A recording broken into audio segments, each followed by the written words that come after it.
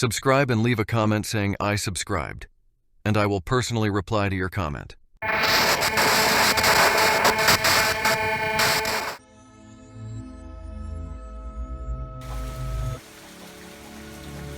It was a typical Thanksgiving at Aunt Linda and Uncle Jerry's house, the kind of day where everything smelled of butter and cinnamon.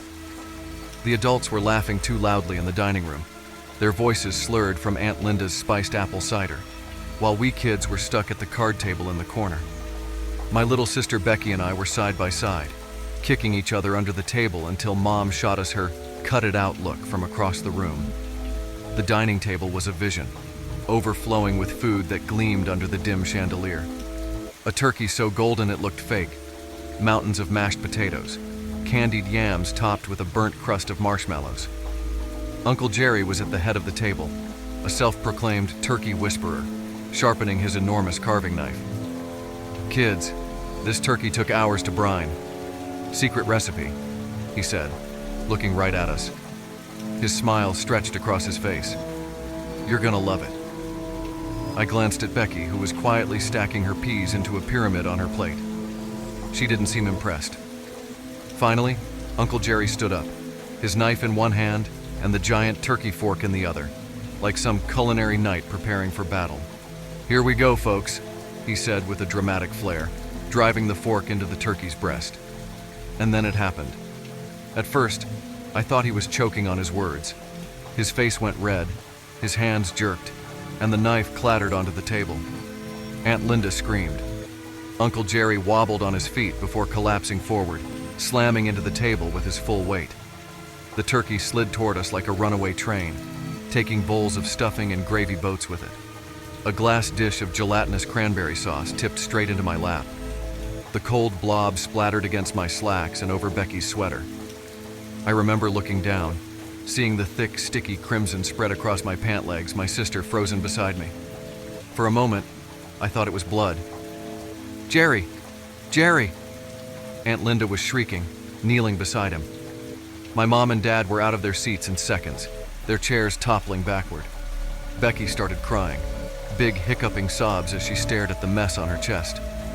I grabbed her hand, feeling the cranberry sauce soak into my fingers like some horrific version of finger paint.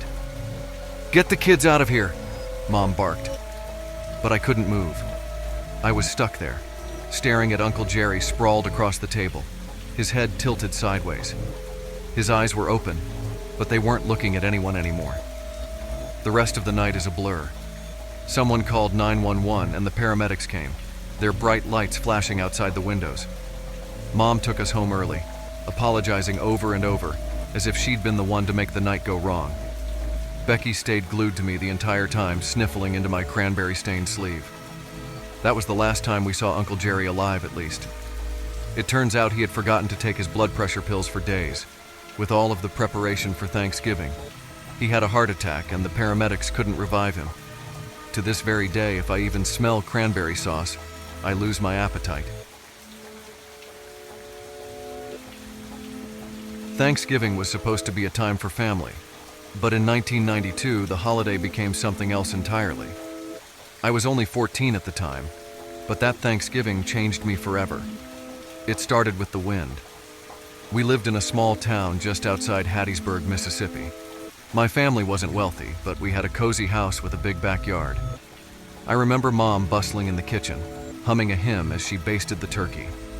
Dad was out in the shed, sharpening his hunting knives.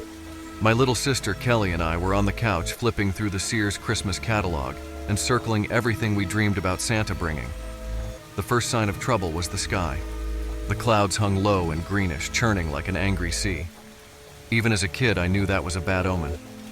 I heard the emergency broadcast system wail from the TV, followed by the robotic voice warning about tornadoes. Kelly clutched my arm. "Is it coming here?" she whispered. I didn't answer. I didn't want to lie to her. By the time dinner rolled around, the warnings had turned into frantic radio broadcasts about touchdowns all over the region. Dad kept flipping between stations, his face pale. "I'm not risking it," he said finally. "Everyone to the basement." Our basement was more of a root cellar, damp, cramped, and full of spiders. Kelly cried as Dad shoved the canned goods and folding chairs aside to make space for us. Mom grabbed blankets and I snatched my Walkman and flashlight. We weren't down there long before it hit. The sound, it's hard to describe. People say tornadoes sound like freight trains, but this was more than that. It roared and howled, shaking the walls. I could feel the air being sucked out of the room. It hurt to breathe. Kelly screamed, clinging to Mom, and I squeezed my flashlight so tightly it left a bruise in my palm. Dust and dirt rained down on us as the house groaned under the pressure. I thought for sure it was coming down on top of us. But then, just as suddenly as it started, it stopped. The silence was deafening. When we finally climbed out, the world we knew was gone. Half our house was splintered rubble. The kitchen was open to the sky, and the turkey lay sprawled in the middle of the yard like some grotesque offering to the storm. I remember staring at the turkey's blackened skin, smelling burnt sage, and wanting to laugh and cry all at once. The rest of the neighborhood fared no better. Trees were uprooted, cars flipped like toys. A power pole lay across what used to be the Johnsons' house. Their front door hung crookedly from it, swinging like a ghostly pendulum. And then we heard the screams. We found the Johnsons a few houses down. Mr. Johnson was pinned under debris, his leg bent at an unnatural angle. His wife clutched their baby, blood streaming from a cut on her forehead. They were lucky. They were alive. Others weren't so fortunate. As we moved through the chaos, we found more bodies. A teenage boy crushed beneath a fallen chimney, an elderly woman still clutching her walker. A stray dog yelped pitifully, its leg mangled. Dad tried to comfort me, but his hands were shaking too much to hold me steady. That night, we all gathered at the church, the only building still standing. People huddled in blankets, their faces streaked with dirt and tears. The pastor led prayers, but I couldn't focus. Every time I closed my eyes, I saw the storm, heard its voice. The tornadoes lasted 2 days. 2 days of terror and destruction. The final tally was 93 tornadoes, nearly 30 people dead, and hundreds injured.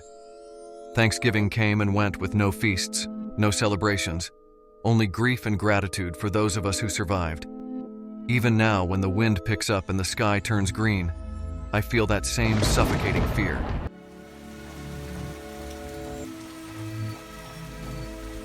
We were in my cousin's house this one Thanksgiving night.